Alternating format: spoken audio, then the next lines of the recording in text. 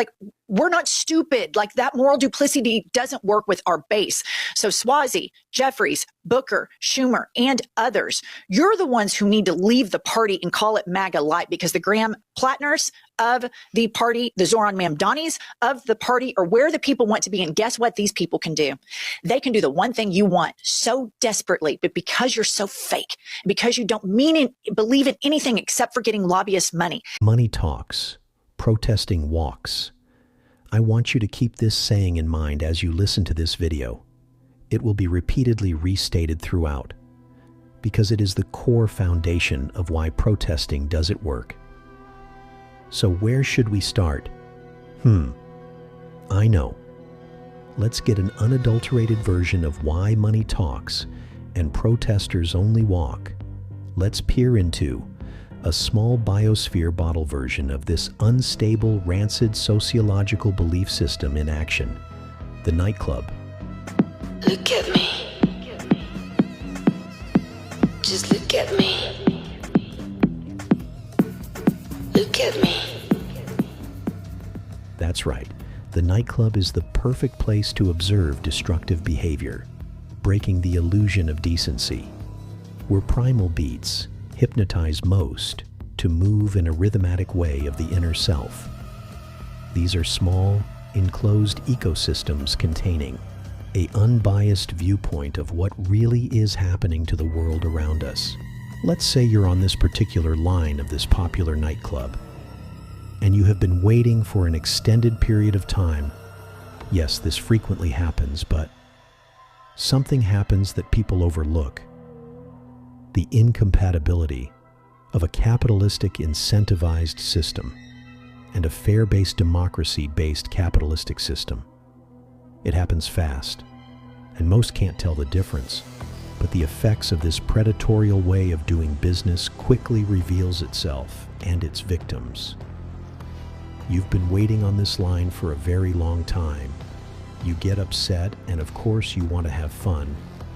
But then someone comes up to the line, looks at how long it is, and skips it by going straight to the front entrance and pays a significantly larger amount of money than the supposed entry fee and enters easily. You go up and complain or protest that you've been waiting online for more than an hour. He looks at you and says, "So what? If you want to enter, your complaints won't work. Your protesting won't work, but if you pay the larger amount, you can skip the line and come right in." Others behind you start to complain. But the fact is, you already lost the game. Protesting doesn't work. Not within a monetized, incentivized democratic system. Let's be clear here. This doesn't happen within the view of the masses. For example, if you are online waiting at a grocery store, you don't slip the cashier some extra funds to skip the line. You don't pay your police officers some extra money so that you could run the red light. The horrifying fact to this is, these corruptible processes still take place. But just like in the nightclub, it happens within the dark, in an atmosphere conducive for that questionable behavior, outside the peripheral view of the populace. And just like how the nightclub murky economic transactions happens in the dark, out of sight, that same type of behavior happens at the highest ends of the spectrum, still out of sight, but not in physical darkness so much, but in the bureaucratic stratosphere which the average citizen can't see or even reach. Do you believe money is a factor in your colleagues' votes on this issue? I completely believe money's a factor. I watch it every single day here in Congress. The people that I work with, who they're funded by, affects their votes.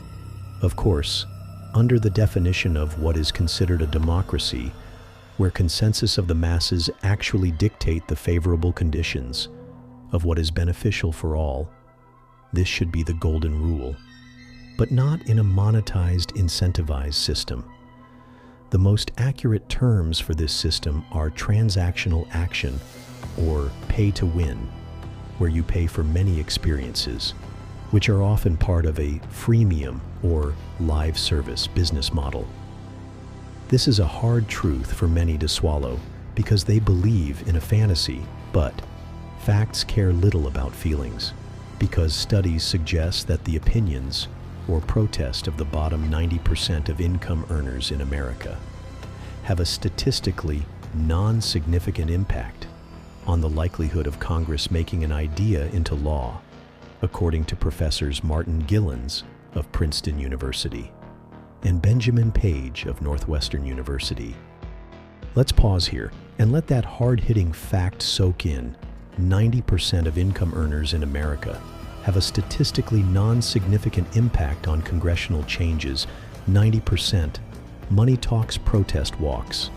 I heard one famous business advisor, a friend of mine, say, when a CEO that runs a company only takes advice from himself, but yet he puts a suggestion box out front for his employees, he told me, it gave the employees the illusion that they had some say over how the business ran.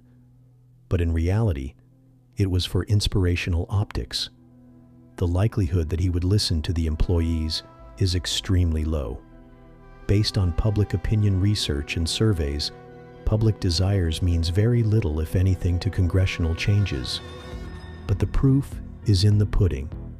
Here are some examples of countless protests that have not worked. Major infrastructure investments, supported by nearly 80% of voters, including significant majorities of Democrats, Independents, and Republicans. Guaranteed paid sick days and paid family medical leave, supported by over 70% of voters, including bipartisan support. Food assistance, SNAP, supported by over 70% of voters, including bipartisan support. Housing assistance and moratorium on evictions, supported by more than 60% of voters across party lines. Expansion of the child tax credit, supported by majorities across party lines.